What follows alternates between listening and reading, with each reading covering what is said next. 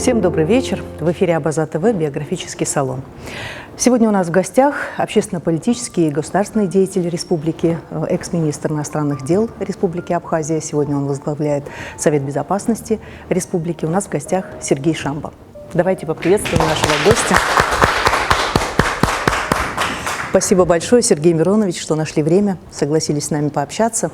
Основная тема нашего проекта «Биографический салон» – это Отечественная война народа Абхазии и все, что с ней связано, точнее, что вот нашего героя связывает с этой войной, что было до нее, во время и после.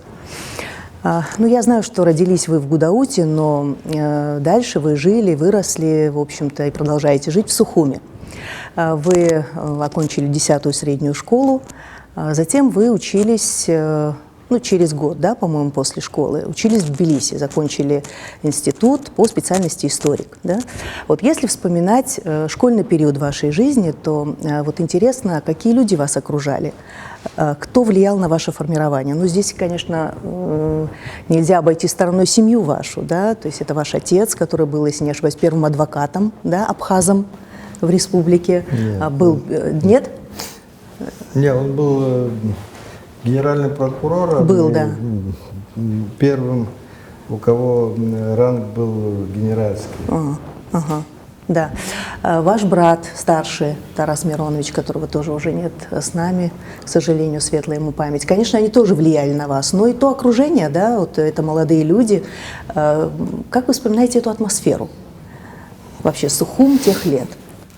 Ну, вообще, конечно, вы правильно отметили, что на такое мое формирование значительно повлияли и отец мой, и брат. Я помню, когда мы учились в школе, это 67-68 годы, в старших классах как раз вот эти все события происходили в Абхазии, и в филармонии, когда вот это собрались абхазская общественность там, в течение нескольких дней, в виде протеста. И мы туда бегали школьниками. А брат мой тогда работал в обкоме партии, и он был уполномочен посреднические функции выполнять между народом, который сидел в филармонии, между властями. Ну и я, конечно, к нему бегал все время и слышал всю эту историю, и тогда вот уже я стал разбираться в том же, что произошло с нашим народом, потому что он, конечно, был заряжен патриотично тоже, мой брат. А потом до этого я тоже это и читал. Отец мой, будучи генеральным прокурором, как раз попал во время после смерти Сталина, когда процесс реабилитации незаконно репрессированных людей. И он, как генеральный прокурор, возглавлял. Я, кстати говоря, мальчишкой был, это очень часто это читал. А потом было его выступление перед активом в обкоме партии, где, кстати говоря, он не только говорил о репрессированных, а он вообще сказал о проблеме, которая была у абхазского народа в связи с политикой Грузии. И, кстати говоря, из-за этого его и сняли с работы потом, потому что он вышел за рамки того, что нужно было говорить.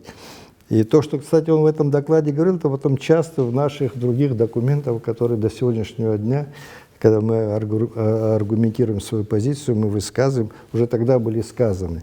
Ну вот в такой среде я воспитывался, и, понятное дело, когда я начал работать в Абхазском институте языка и литературы, я вот...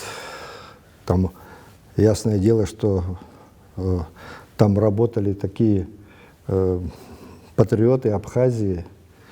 Тогда вот весь центр, собственно говоря, и был в Абхазском институте языка, литературы и истории имени Гулия, из-за чего его и сожгли. Ну, конечно, и в Абхазском государственном музее, и другие представители абхазской интеллигенции, они были заряжены патриотично очень, но центр, как я говорю, был уже все-таки в Абни, где я как раз и окунулся в эту атмосферу и впервые участвовал в мероприятии таком, как в 1976 году, когда подготавливали в Паквеш, в селе Пакваш, народный сход. Ну, и вот с тех Это был пор, такой, наверное, первый сход, в котором вот вы в котором приняли я тоже принял участие, да? да. Ну, мы письмо до этого, письмо 60, такие, которые известные, которые подписывал я. Вот оттуда и началась, да, вся эта моя деятельность. Я, когда уже меня избрали председателем Айтгалера, я вот как-то это рассказывал неоднократно, я пришел домой, как раз и брат из Москвы приехал, и все дома были, все знали, что съезд прошел в драматическом театре, второй съезд Айтгалера. И ждали, когда я вернусь, и когда я вернулся, и ну, уже знали, что меня выбрали. Все очень были расстроены. Родители говорят, мы думали, ты докторскую диссертацию будешь наукой, зачем тебе эта политика?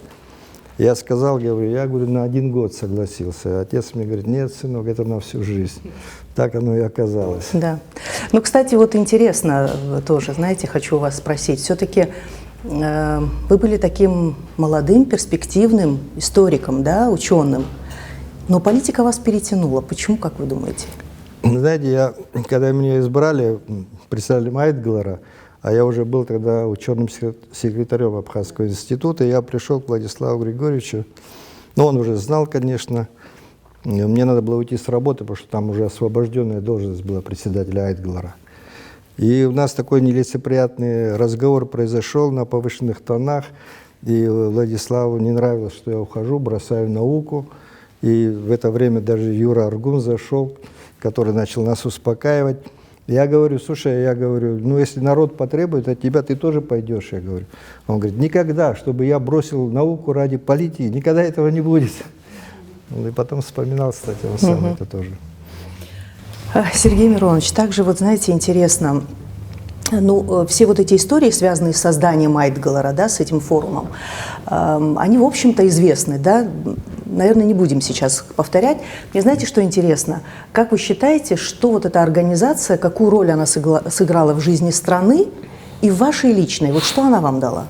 Ну, вы знаете, за вот эти идею национально-освободительную боролись и многие известные абхазские интеллигенты. Это известные письма, которые в 1947 году написали наши известные ученые. Это Шакрыл Константин Семенович, Дзизаря Георгий Алексеевич и Шинкуба Барят Васильевич. Потом, значит, сестры Шакрыл, которые писали на имя Сталина письмо. Потом были и другие выступления, вот я называл, в частности, отец мой выступал, Оторба выступал, Акаба Нури Реджебович. Несколько таких выступлений было. Но это все были... Ну, а потом в 60-е, 70-е годы такая волна уже пошла, уже репрессированы были, если вы помните, в 67-м году там в Гаграх была создана организация, которую создавал Кихири по покойной ныне. Они тогда акцию такую совершили, когда от псов до Пицунды замазали все эти грузинские надписи, там были люди арестованы, на этой почве народ поднялся, пришли в обком партии с требованием освободить, и вот это все нарастало. И вот после этого как раз-таки вот это мероприятие, которое проводилось в течение нескольких дней, по-моему, 5 даже дней, в Государственной филармонии, там был подготовлен документ на 100 страницах вообще, который известный писатель Джума Ахуба зачитывал тогда. Потом с этим письмом наша делегация отправилась в Москву, отвезли это письмо. Вот это вот такая вот уже какая-то системная работа пошла. Ну и вот в наше время, уже когда перестройка началась, и когда начались процессы по всему Советскому Союзу демократические, уже было понимание того, что нужно создавать организацию. И вот тогда мы уже актив, который был, обсуждали, и даже название ее в то время было модным, там, народным фронтами называли во всех республиках свои национальные движения. Но у нас, по-моему, или Гена Алами, или Валера Гамге кто-то предложил, давайте не будем конфронтационное название такое, а назовем Народный форум. Это всем понравилось, вот тогда назвали Народным форумом, Айтгалер возглавил его Алексей Ночевич Гогу, это глыба такая, самый видный такой деятель был для нас, он и возглавил.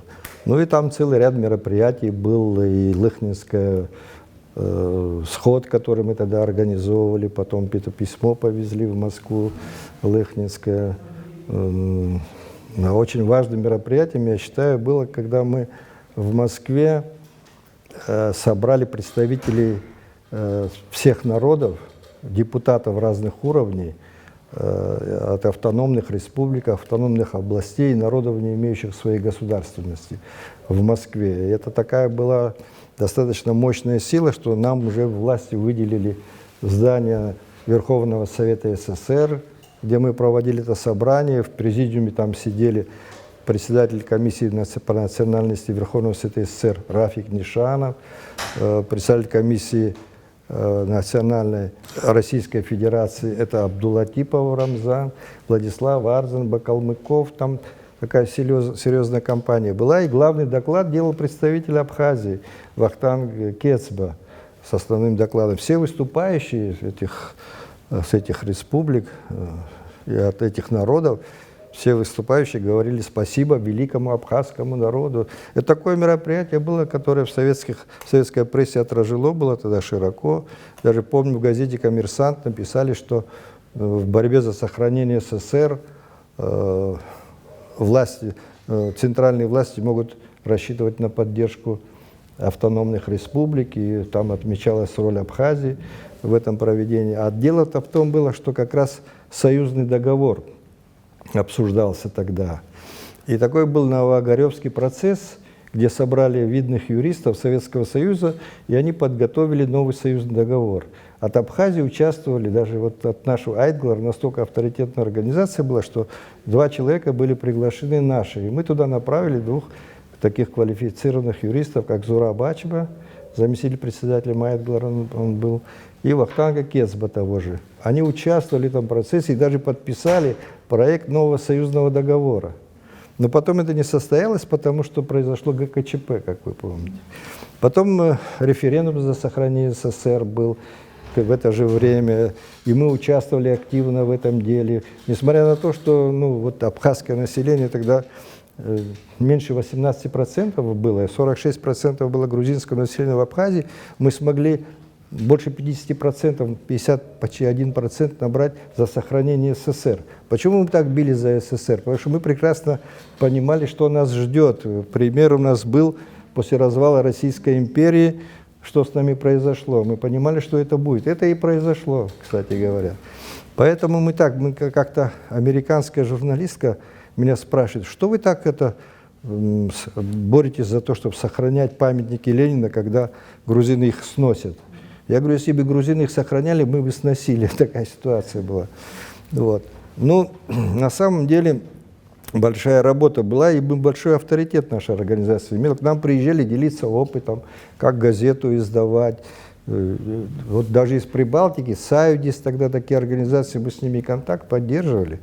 И они приезжали, и наши туда ездили. Но одна из таких наиболее организованных политических сил в Советском Союзе оказалась. А вот лично вам участие в работе этого форума, что это вам дало, как вы считаете, по прошествии уже стольких лет? Я, как конечно, оцениваете? Участвовал во всех этих мероприятиях, естественно. И наши поездки постоянные на Северный Кавказ, когда мы приезжали вначале, начинали собирать людей, рассказывать о нашем генетическом каком-то родстве и так далее. Многие люди вообще этого не знали. А потом, когда началась война, приехали сюда умирать. Алхазур Сулейманов, известный, который недавно умер от ковида, он говорил: слушайте, я, говорит, до вас вообще не знал про эту Абхазию, вы с Геной меня сюда притащили, говорит, я здесь свою ногу потерял. Ну, шутя говорил. Вот так они... Я помню, знаете как, я ездил в Грозный, там с Дудаевым встречался, у них там 2 аэродрома было с учебными самолетами, Л-39 по 150 самолетов стояло, и мы хотели оттуда самолеты получить, поэтому и потом оружие оттуда перекидывали же самолетами. Там Гена Аламия постоянно находился, Слава Эшба, они летали и перебрасывали оружие через горные хребты, когда на самом деле зимой вообще нельзя на кукурузниках этих летать, потому что замерзали самолеты. У нас и один и упал самолет, погибли там люди, вы знаете. И вот я как-то очередной раз приехал, туда это было перемирие, когда подписали в Москве тогда Владислав Арзан, Большой Варнадзе о прекращении войны и выводе добровольцев. И Владислав Григорьевич позвонил, говорит, сделайте так, чтобы сюда не ехали. А приехал автобус, привез убитых чеченцев туда, прямо на площади. И когда он уезжал, там столько народу собралось, мы с Геной хотели остановить. Кто слушал, нас оттолкнули, набился полный автобус в Абхазию ехать воевать. Вот такой, это же все результат был вот той идеологической большой работы, которую мы тогда проводили. Да. Сергей Миронович, если говорить о предвоенном еще периоде, вот такой этап в вашей жизни, в вашей биографии, как работа в Верховном Совете. Вы стали депутатом Верховного Совета. Какие истории вспоминаются вам сегодня? Ну, во-первых, как мы договорились о формировании этого Верховного Совета. Ну, во-первых, надо сказать, слушайте, вообще, я считаю, что нашу независимость надо отсчитывать с 90-го года, когда Верховный Совет Автономной Республики Абхазия принял декларацию о суверенитете. Это ведь было в тех условиях, когда там большинство грузин было. И тогда еще и влияние Тбилиси, и все это, другие национальности. Как мы смогли сделать, чтобы большинство проголосовало за суверенитет Абхазии? Это была такая работа, каждый голос нужен был. Одна армянка, депутат, она уже была в Краснодаре, она поехала туда, там еще свадьба была, то ли дочки ее, то ли сына. Нет, мы послали туда машину, и ночью ее привезли сюда, чтобы она проголосовала. Вот так уговорили, она бросила, у нее утром свадьба должна была быть. И на утро опять отвезли туда. А вот так и Верховный Совет тогда проголосовал за суверенитет Абхазии. Вот с тех пор и надо считать нашу независимость. Я еще раз говорю, что у нас уже такой авторитет политический здесь был, что с нами не могли не считаться. Я помню, что приехал Гумбаридзе перед выборами в Верховный Совет Грузии, и чтобы мы поддержали здесь Компартию.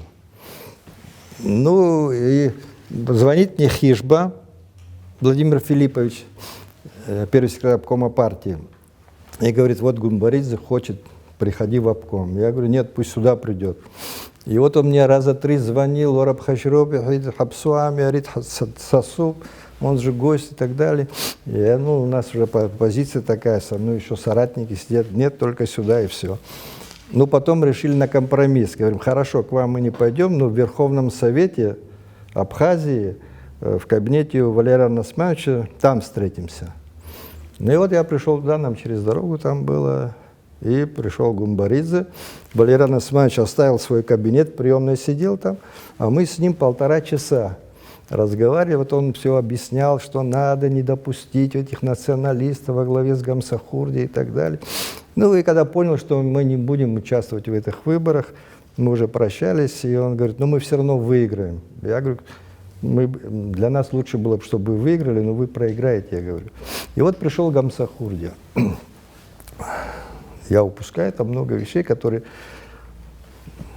там попытки прислать сюда префектов, как мы этому сопротивлялись, с какими столкновениями. Они поняли, что это сила, с которой надо разговаривать. И была сюда прислана делегация грузинская во главе с академиком Алексидзе, он юрист, кстати говоря. В делегацию входил еще из близкого круга Гамсахурди его приятель, друг Оманидзе по фамилии. И с нашей стороны участвовали Владислав Арзанба, Воронов, Тополян и я. И Колбай еще был с нашей стороны, но он был грузин, он фактически на их стороне был.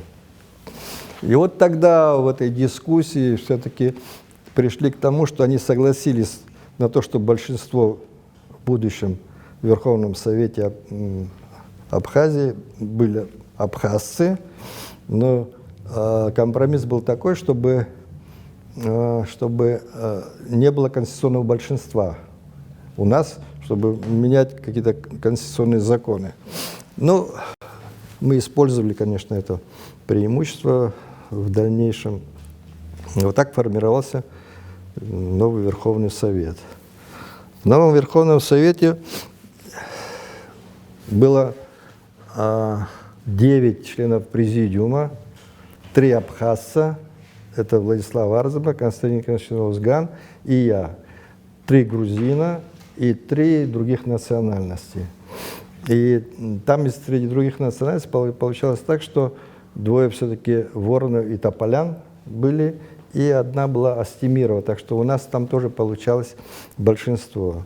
Но вот это все давало принимать важные решения, которые впоследствии флаг, герб нашей страны тогда подготовили, приняли, переподчинили внутренний полк, ну и многие других вещей, которые...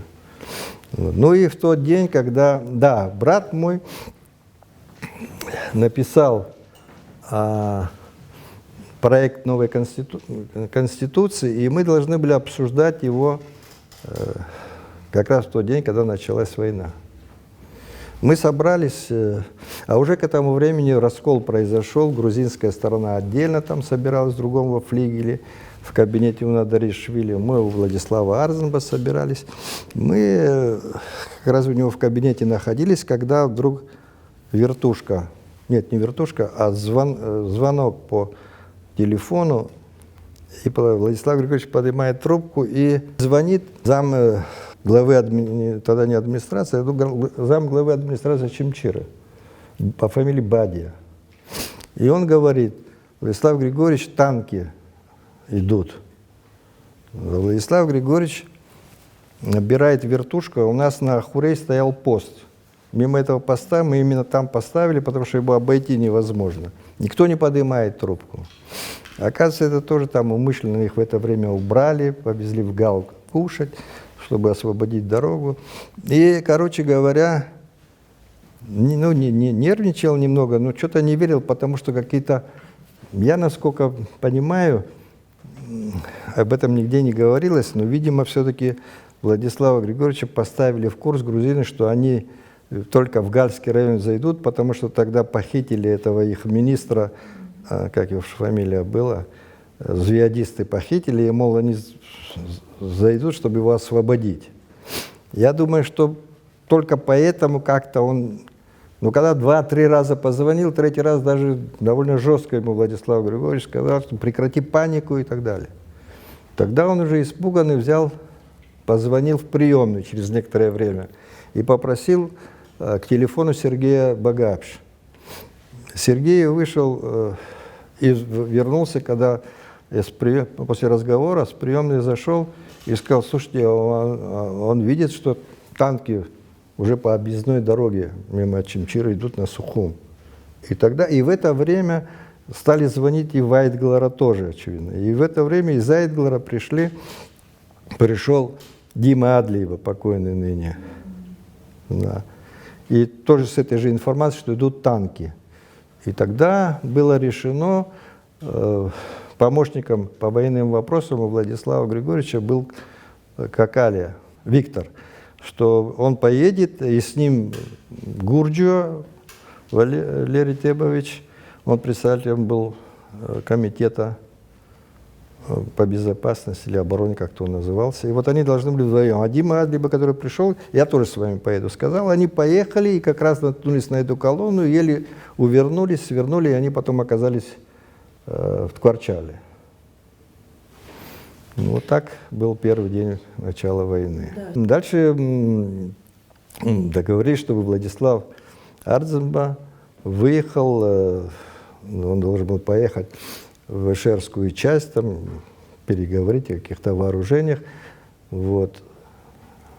Когда уехал, мне тоже сказали, чего ты сидишь, потому что я по поручению Айтглара тоже занимался подготовкой к войне, честно говоря. И мы собирались в лесах и так далее, какую-то стратегию выстроили, оружие какое-то привозили и так далее.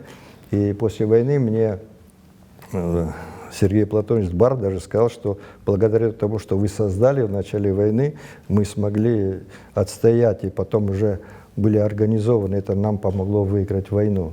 На самом деле, я первый выступил по телевидению, когда война началась, к обществу. Мне подошли, я не помню, Руслан или кто подходили, сказали, или кажется, Георгий Гуля, что ли, они говорят, ну, что-то надо народу сказать. И я тогда первый выступил и сказал, это война, командиры, вы знаете, что делать, куда идти и так далее. Но в этом году вот 30-летие как раз начала войны. И знаете, вот интересно, вот это постановление, оно было, по-моему, одно из первых, да, создание вот 5 батальонов, потом обращение Владислава Ардзинба. Вот эти истории, как вспоминаете? Вот детали интересные. Ну, а армия уже формировалась в процессе войны. Все. Это было. И когда началась война, из Тбилиси приехали представители, тогда политическая организация была «Круглый стол», что ли, как они назывались, на переговоры в Гудауту приехали. И Владислав Ардзинба не хотел с ними разговаривать, и мне поручил, я с ними разговаривал тогда. Кончится тем, что я говорю, мы в Кутаиси флаг повесим, абхазский. Они говорят, Серго, давайте флаг повесим, сделаем общее государство. Я говорю, один раз уже сделали, теперь до сих пор не можем от вас избавиться. Но, кстати говоря, вот настолько все-таки авторитет Айдглара был, вот я вам рассказывал, что они делегацию прислали тогда, когда договаривались по формированию Верховного Совета. А перед этим еще прислали делегацию, одного своего близкого человека по фамилии Цхеладзе, присылал Гамсахурди. И что Гамсахурди хочет переговорить со мной. Но я один не пошел, вот взял Надора Чанба, и мы в капелле, у Надара в кабинете, он такой маленький кабинет, мы или там помещались 3-4 человека. Вот тогда они говорили, давайте создадим какое-то федеративное такое устройство, типа Чехословакии. Ну, короче говоря, ничего это не состоялось, конечно, но я к чему это говорю, что они понимали, что Айдглар — это сила, с которой надо разговаривать. Но вот за время войны переговорный процесс, да, переговоры, в которых вот вы участвовали, да. Об этой работе расскажите, наиболее интересные моменты. Ну, там столько интересных моментов было. Но переговоры мы вели вот сейчас, где резиденция президента, в парке Смитского. Ну, всякие были казусы. Однажды, когда наступление на Гагры было, вернее, еще не было наступления на Гагры, да, мы ведем переговоры, и вдруг залетает Надаришвили и кричит, вот вы здесь переговоры ведете, а там российская делегация, абхазская, грузинская, а там, говорит, наступление идет на Гагры.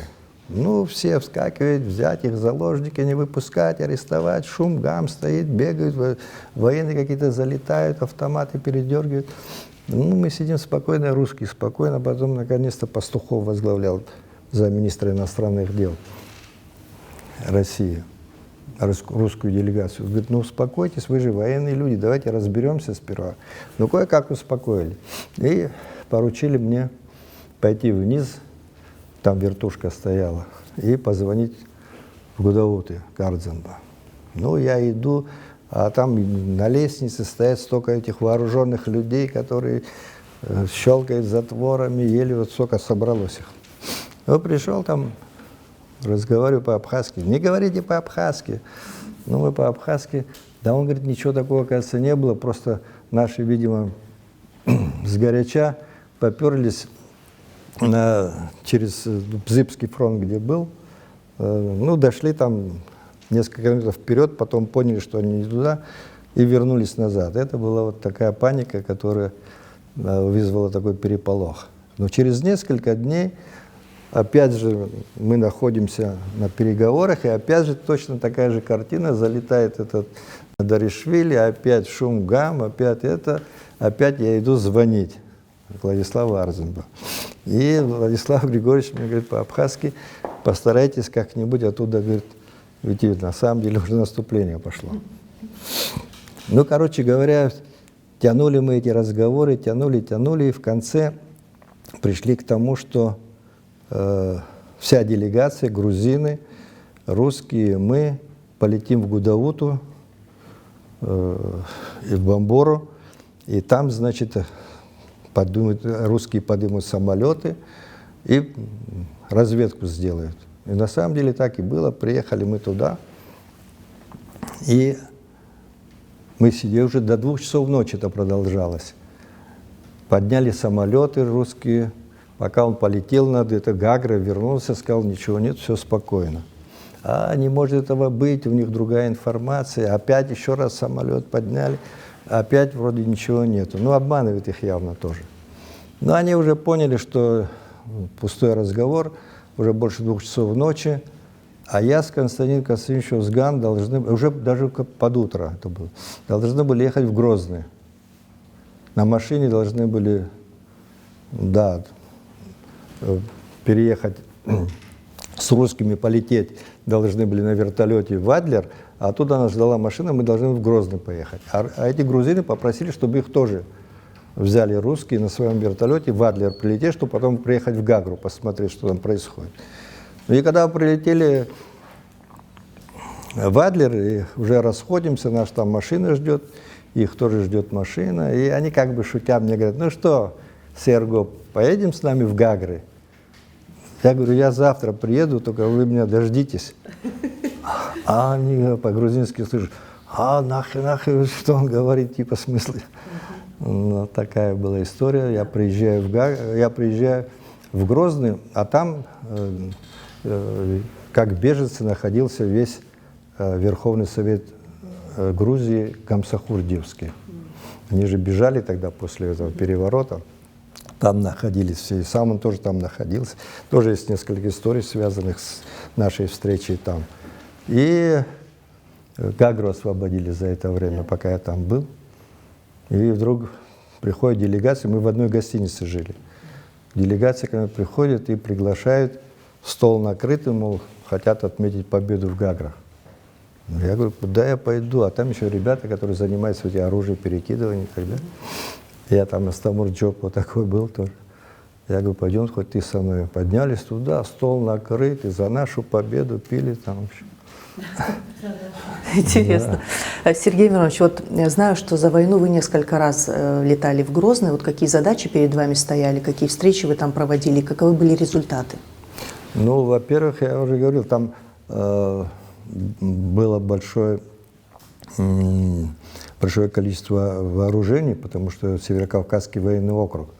После распада СССР это же все оружие оставалось на местах. В союзных республиках осталось вооружение. В Грузии осталось все вооружение Закавказского военного округа. А здесь Северокавказский военный округ в Грозном дислоцировался. Огромное количество вооружений. 2 аэродрома с самолетами. Ну вот мы ездили туда, чтобы организовать переброску вооружений. И я туда еще несколько раз ездил, чтобы самолеты оттуда от них получить. Ну, с Дудаевым вот эти переговоры всякие были. Дудаев, Масхадов и Юсуп Сасламбеков, особенно, которые нам помогали в этом деле. А насколько успешны были эти переговоры? Вот чем они увенчались? Ну, знаете, я не знаю, все говорить уже, наверное, можно, интересно.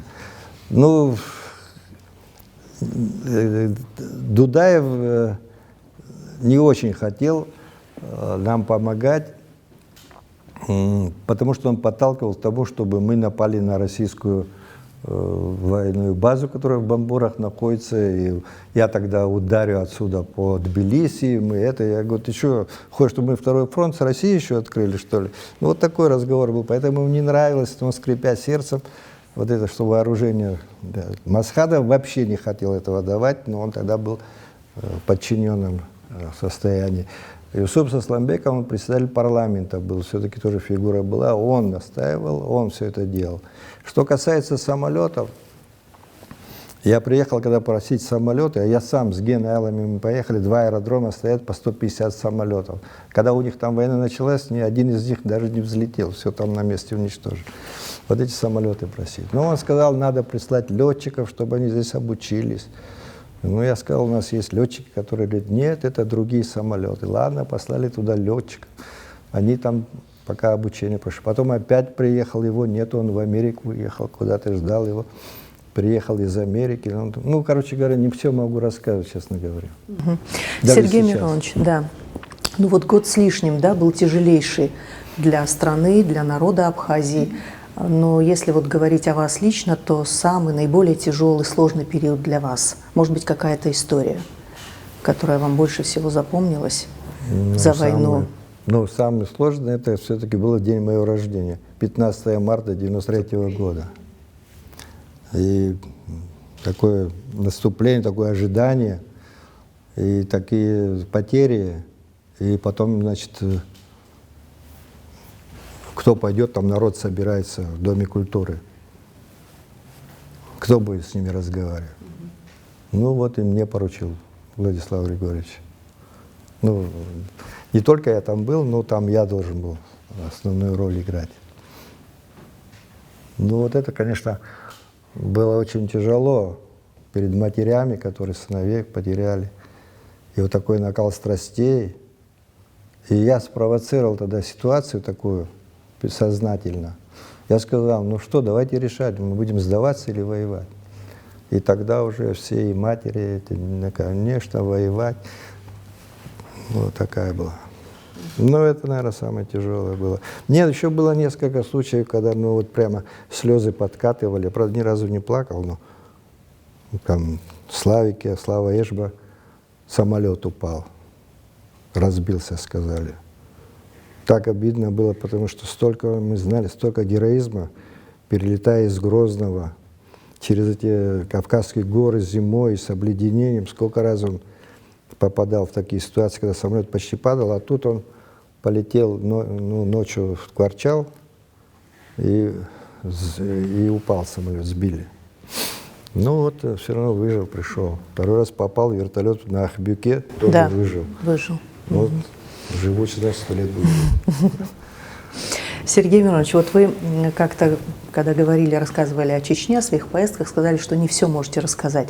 Но, может быть, не с Чечней, не с Грозным связано, а так вообще есть какие-то истории, с которыми вы еще не делились, но, может быть, сможете рассказать? Много таких историй есть. Я еще, когда министром иностранных дел был, Владислав прислал ко мне 2 раза человека, чтобы я мемуары писал, потому что есть вещи, он говорил, которые кроме тебя никто не знает. Ну, он сам, естественно, тоже знал. Но не было времени тогда писать что-то. Тогда же такой переговорный процесс. Мы каждый день, одна делегация уходила, другая приходила. Мы куда-то ездили, куда-то прилетали. Не было времени не то, что там писать, там перекусить не было времени. А сейчас, чтобы что-то написать, это уже не помнишь даты, не помнишь фамилии, не помнишь время. Это надо искать в архивах. В архивах тоже ни черта нету. Очень сложно правду написать, а неправду не хочется. А вот то, чего не... Я, наверное, все уже рассказывал часто. Ну, просто не все, конечно, это слышат. Это бывает в узком кругу. Ну, а то, что нельзя говорить, ну, и сейчас тоже не могу говорить. Хорошо. Хочу обратиться к аудитории. У кого есть вопросы? Сергей Миронович, вы стояли с ранней молодости у истоков всех политических процессов, которые имели место в Абхазии. Вы представитель так называемого «золотого парламента» Абхазии. Мы все знаем, что народ вас выбрал, чтобы вы пошли в депутаты. Абхазская группа 28 человек, они не ходили, как принято стало позже, просить «выберите меня». Вам рекомендовали, вас рекомендовали, вас просили и говорили вам, что вы там очень нужны. И вот так сформировалась элитная часть, золотая часть первого абхазского парламента. Идут года, мы выдержали очень тяжелую войну. Сегодня, последние годы, чем дальше время идет, тем становится непонятнее, по какому принципу создаются выборы. Сегодня могут 10 таких определенного настроя молодых людей собраться и посадить в депутаты любого человека. Как, на ваш взгляд, почему такая трансформация произошла? В чем причина? Почему сегодня может любой, у кого не закрыта судимость, оказаться в парламенте. Спасибо. Знаете, в чем наша сила была и почему мы выиграли в войне? Потому что у нас единство было, единство нации. И более того, даже мы сумели объединить в единый блок, так называемый, тогда мы его назвали «Союз», и другие общины Абхазии. Это были армянская Крунг, русско-славянский Дом, который Воронов возглавлял, Крунг возглавлял Тополян, греческая Ирена была, Николай Патулиди, поэт тоже возглавлял. Они все, и наши Айдгара, мы объединились вокруг одной идеи. Сейчас этого единства нету, к сожалению. Тогда, как вы говорите, этот парламент, Айдгара тогда занималась. Мы не выбирали, а мы список делали людей, которые нам нужны. Потому что провести их уже проблем у нас не было. Главное, нужно было определиться с людьми. Владислав Григорьевич меня просил 3 человека внести в список. Я ему говорил, нет одного, и мы вот так спорили и пришли к компромиссу. 2 по его просьбе включили в этот список. Сейчас не хочу фамилии назвать, все мы их знаем. Все известные люди сегодня, все 3. Вот так формировали. Ну а сейчас, ну, видите, уже такая демократия. Ну тогда одна была политическая, фактически у нас сила.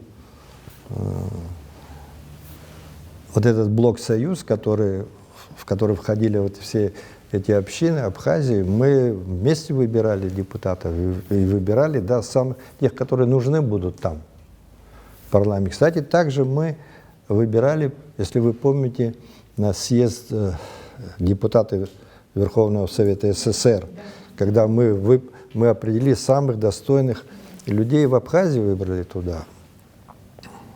Вот. И так вот этот золотой, так называемый, парламент тоже так формировали. Сейчас почему так происходит?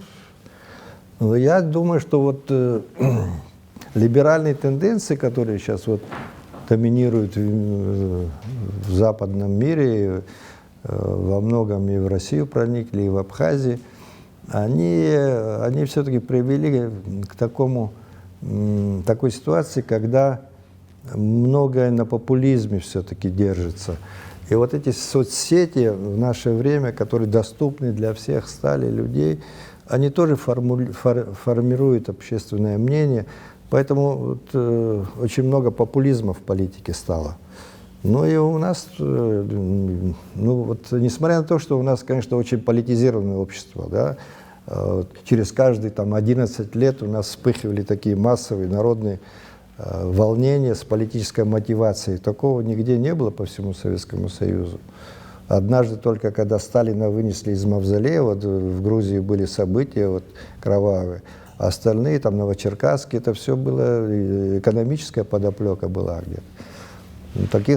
Такого политизированного народа, как абхазов, не было в Советском Союзе. Но, тем не менее, несмотря на это, все-таки, учитывая, что время сейчас изменилось, да, другие какие-то требования, демократии и прочее, не совсем готово общество все-таки. У нас еще недостаточно зрело. Да и не только у нас, по всему миру, вон что происходит, как видите, популизм. Это и нас коснулось, конечно. Ну, понятно, выбирают сегодня вот так, как и во всем мире. Там для того, чтобы выбраться, нужно иметь средства, финансы соответствующие. Вот. Это оказывается, важнее всего порой. Во всех парламентах Абхазии, которые у нас были, всегда было какое-то ядро, костяк. Все не могут быть на одинаковом уровне. У вас было много, это ядро было большое. Да, это было, да, потому что мы тогда выбирали таких людей, да, политически активных. Аспирант АГУ Хибадаур. Сергей Миронович, прежде всего хочу вас поблагодарить за ваш интересный рассказ. Вопрос мой следующий. Собираетесь ли вы на ближайшую перспективу все-таки написать мемуар о своей жизни? Почему я считаю это важным?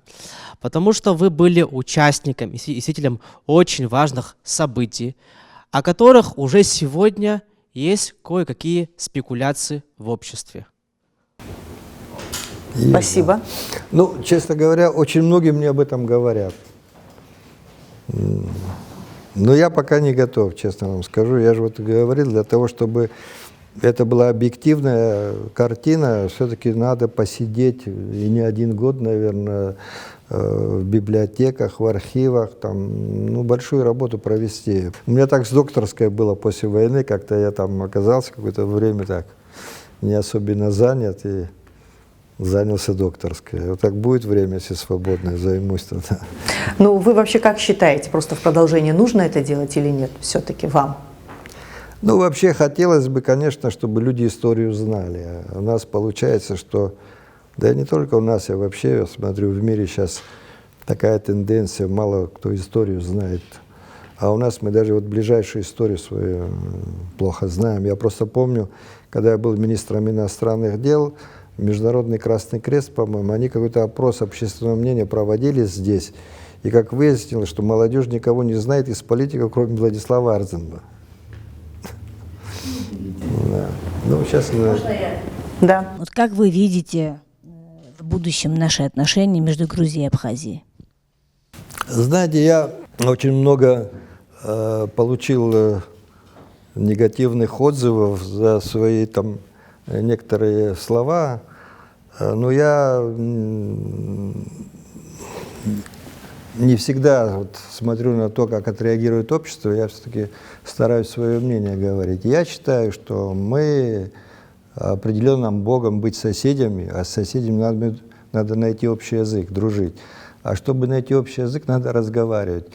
Тем более, вот у нас сейчас нет никаких разговоров. Но слушайте, раз у нас есть конфликт, а как его решать? Если есть конфликт, надо или разговаривать, или воевать. Я думаю, что воевать никто не хочет, значит, надо разговаривать. Но также нельзя все время во вражде жить и воспитывать детей в духе ненависти. Это же разрушает наше будущее, поколение разрушает в первую очередь. Я никогда не отступлю от того, за что чему я всю свою жизнь посвятил, нашей независимости. Я помню, когда я был молодым человеком, я сухумский парень был, который, ну, по тем временам такой гуляка, можно сказать, да, и когда мои друзья увидели, что они меня спрашивали: ты что, правда веришь, что мы когда-нибудь отсоединимся от Грузии, что ли? Я говорил: мы это не увидим, но наши внуки, может быть, увидят.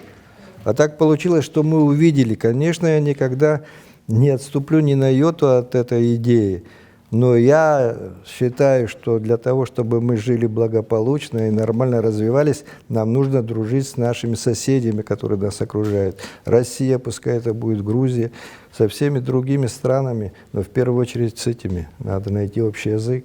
Слава Богу, с Россией у нас выстраиваются отношения. Но и то тут мы тоже умудряемся там все равно каплю дегтя в бочку меда капнуть.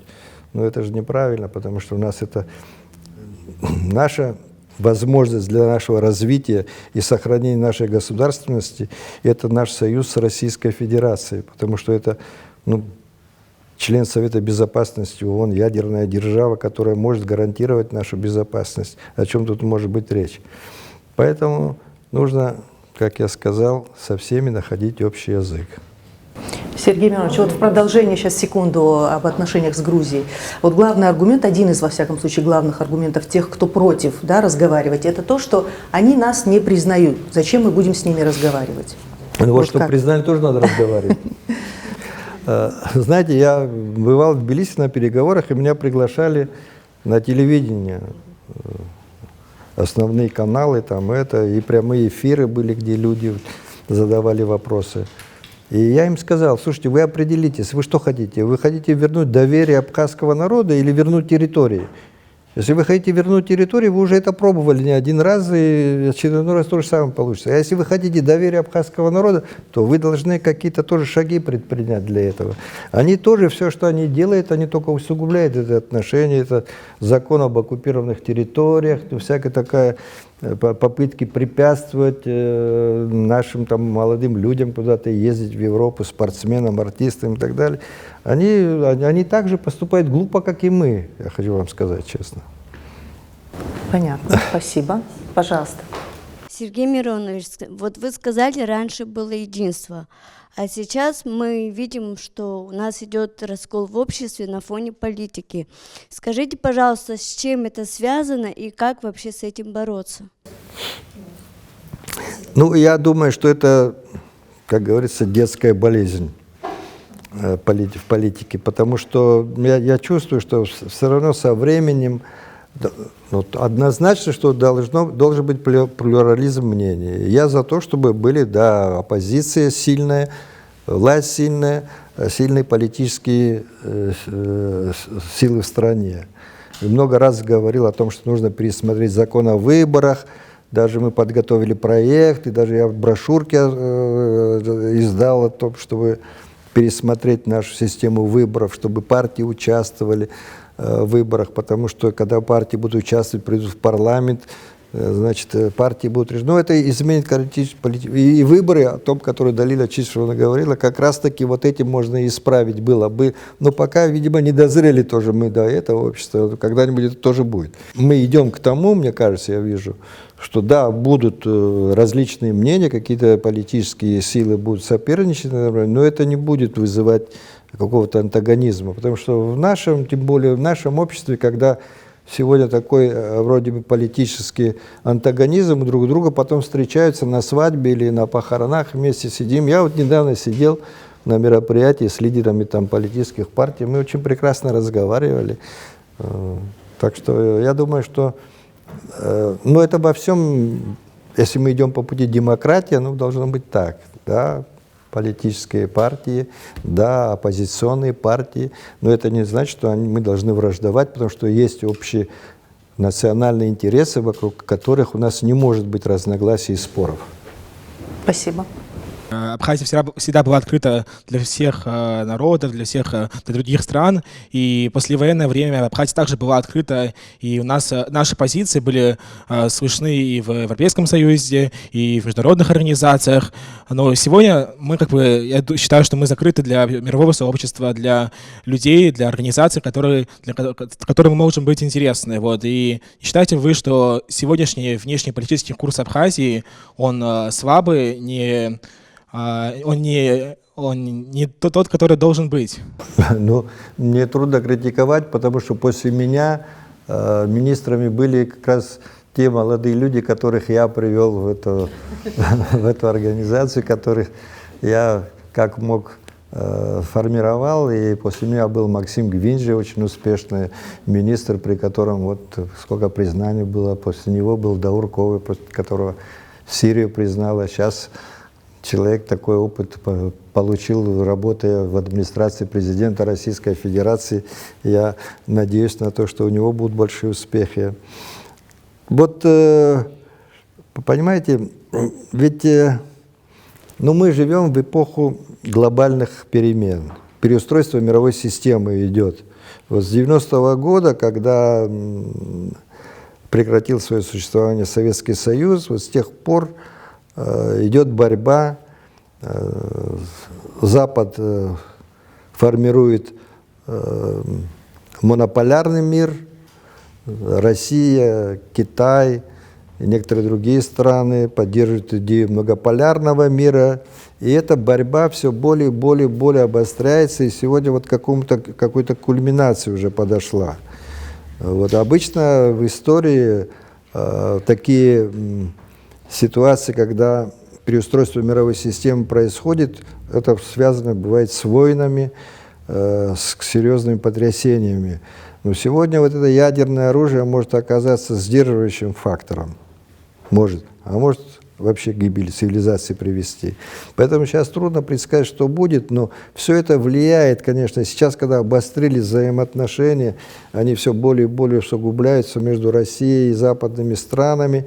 Мы оказываемся между этими жерновами все-таки. Мы всегда, кстати говоря, страдали от того, что оказывались между жерновами, когда великие державы выясняли между собой отношения, мы оказывались между ними. Когда Российская Федерация, скажем, и Османская империя выяснили отношения, а мы оказались жертвами всего этого. То же самое было, когда там Византия с Ираном выясняли отношения.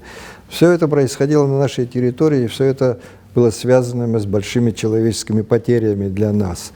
Вот. И сейчас вот такая ситуация, которая, трудно сказать, чем закончится. Будем надеяться все-таки на лучшее. То, что происходит сегодня на Украине, там решается и наша судьба тоже. Там не только судьба России, Украины решается, а судьба всего мира. Как это будет? Как будет новая мировая система? И какое место в ней будем иметь мы? Вот от этого будет зависеть. Может быть, еще будут какие-то этапы, но сейчас мы вот на таком рубеже находимся, когда вот кто кого. Война — это череда событий, и вот в нашем понимании, в понимании вот грузинской общественности, война — это вот 27 сентября, это они считают вот день падения, вот для них нет таких дат, как 14 декабря, как 22 октября, и то есть грузинский народ, он как бы является вот жертвами такой пропаганды, что война, вот это Россия и Грузия, и что вот в этом нет никакой абхазской стороны. Не считаете вы, что нам нужно больше говорить об этом и для общественности Грузии, и для международных организаций, и для вообще всего мира, что вот война — это не только вот 27 сентября, есть еще много дат, и это череда событий, что национализм, который начался не с нашей стороны, вот что я думаю, что многие смотрят сейчас, будут смотреть эту передачу и с грузинской стороны, чтобы это тоже, вот, могли бы вы прокомментировать? Вот. Ну, значение информации в сегодняшнем мире очевидно, да, когда так доступны стали сети всякие, социальные и прочие. Конечно, надо больше об этом говорить. Нам трудно. Во время войны, кстати говоря, мы сумели все-таки привлечь на свою сторону мировое сообщество, нам больше сочувствовало. Вот Далила Чичевна пусть подтвердит, мы здесь выгоднее выглядели, чем грузинская сторона. Но это и понятно, на нас напали. Тогда это понимание было. Мы постепенно теряем, конечно, у них возможностей сегодня больше для того, что и поддержка у них там, понятно, всего западного мира. Сейчас ведь не идет борьба за то, кто прав, а кто не прав. Кто говорит правду или кто говорит неправду. Все исходит из позиции силы. У кого больше силы, тот и доказывает. Может быть, это всегда было в мире так, скорее всего, да. Наверное, было так. Ну и сегодня оно так. Но мы не знаем, как все изменится. Еще раз говорю, идет переустройство мировой системы, и какая она будет в дальнейшем, трудно сказать. В истории никогда не было, чтобы мир был однополярным все-таки. Он всегда был многополярным. Единственное, после Второй мировой войны он стал биполярным. После распада Советского Союза какой-то период времени, когда Соединенные Штаты Америки начали доминировать, у них появилась иллюзия того, что они могут править миром. Но ситуация показывает, что это трудно сделать, невозможно сделать, тем более, когда еще появились такие мощные игроки на мировой арене. Ну, Россия, она и была всегда, Китай так вырос экономически в военном плане, Индия и другие страны. Сергей Миронович, скажите, пожалуйста, а во время войны возможно ли было вообще избежать этот конфликт грузино-абхазский или нет никак? И избежать можно было бы, если бы мы отказались от своей идеи. Если бы мы подчинились, да, ну, мы помним же, если бы не сопротивлялись, у нас хотели делопроизводство на грузинский язык перевести, посадить здесь своих префектов, мы бы и автономию тоже потеряли. Если она и сохранилась бы, то это было просто бы формальная какая-то. Я даже сомневаюсь, что со временем она сохранилась бы, если бы удалось им, если бы мы сдались тогда. Ну, понимаете, когда после распада Советского Союза союзные республики по Ташкентскому соглашению получили все вооружение, которое находилось на их территории. В Грузии, как я говорил, находился Закавказский военный округ, все вооружение осталось в Грузии. Но у них было, знаете, такая есть поговорка, если в твоих руках молоток, то все проблемы кажутся гвоздями. Поэтому они считали, что они за 2-3 дня разделаются с таким вооружением с нами. Если бы война закончилась иначе, если бы абхазская сторона проиграла бы, какой бы был исход? Что вы думаете, какие могли быть результаты этой войны? Могу быть исход абхазского населения из Абхазии и вообще... Ну, знаете, когда народ объединен идеей за сохранение своей идентичности, за сохранение своей государственности, за свободу, его невозможно победить, какая бы сила не противостояла. Представьте, если бы так случилось. Я себе это не могу представить, потому что, честно говоря, я с первого дня и несколько раз отвечал на этот вопрос еще во время войны. Я тем же вот на третий день, который приехали представители Грузии, я им сказал, что мы выиграем эту войну. Я неоднократно это говорил, и у меня сомнений вообще не было в этом. Да, я не хотел этой войны, я понимал, что это жертва. Я же говорю, что самое тяжелое для меня было вот это 15-16 марта, наше неудачное наступление, большие потери. Конечно, и Владислав Арзумов, я же видел, как он воспринял гибель каждого человека. Нас там мало, каждого знаешь почти, кто погиб, и родственников, как к ним пойти. Да, но что делать? Нам Бог дал эту землю для того, чтобы мы ее защищали. Апсора именно это подразумевает. Когда есть идея, ради которой люди готовы были идти умирать, через Кавказский хребет, который пешком проходили, это такая идея была. Самое большое наше завоевание, что мы вот эту идею смогли людям донести правильно. Спасибо большое. А Давайте мы смогли поблагодарим донести нашего правильно, гостя. потому что у нас опыт был.